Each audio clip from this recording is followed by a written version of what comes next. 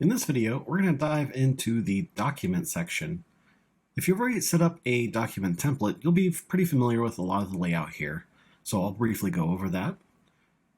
Now, again, if you've already created a document template and all you need to do is apply it, you can do so here.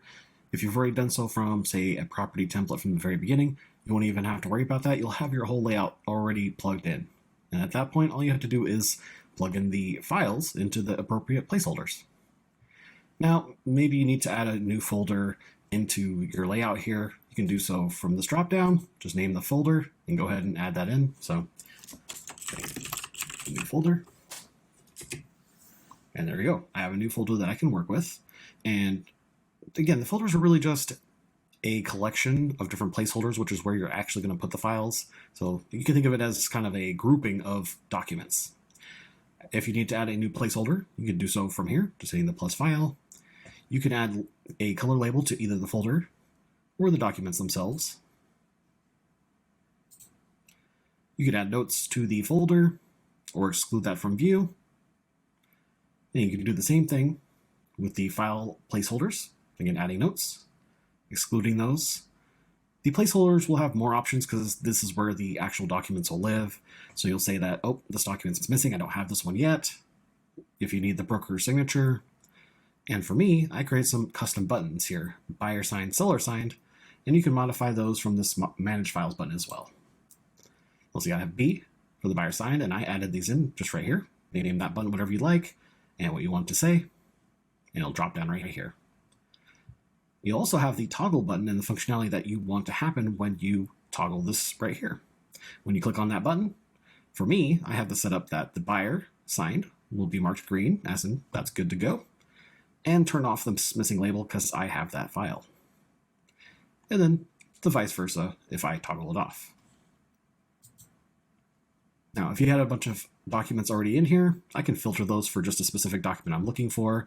I already know the exact name. I'm just trying to find it real quickly. If I have, 10, 20 different documents, this is just an easy way to filter it down.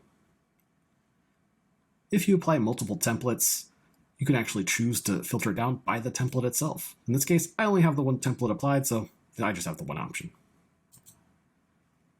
Another great option here will be the Google Drive. So if you have that connected, you'll be able to add files to your Google Drive, download them from the Google Drive into one of the placeholders, so back and forth, whatever you need to do.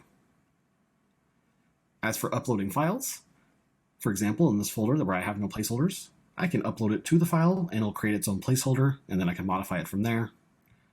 And in this case, if I already have a placeholder, I can just upload it here, either clicking on this button or dragging and dropping it to the button itself. Once I have a folder loaded in, you'd see this here. Actually, it looks grayed out at the moment. You'd actually see kind of a blackened in. So you'll see it's really bold. You'll know that there is a file here. In a next video, I will actually cover file roles. If you watch the one on contact roles, you'll get the idea of what that's going to do. Basically, a label allows you to automatically identify and tell the system, hey, this is the file that I want for this template, something like that. All right, I just want to briefly go over the layout here, and again, getting the setup for knowing all the documents you're going to need. So if you have your buyer documents, I know I need, A, B, and C for the buyer process at the very beginning. Maybe I need certain documents for the closing. Whatever's going to make sense for your process and for your area. All right, and then in the next video, we're going to continue talking about these documents a little bit more.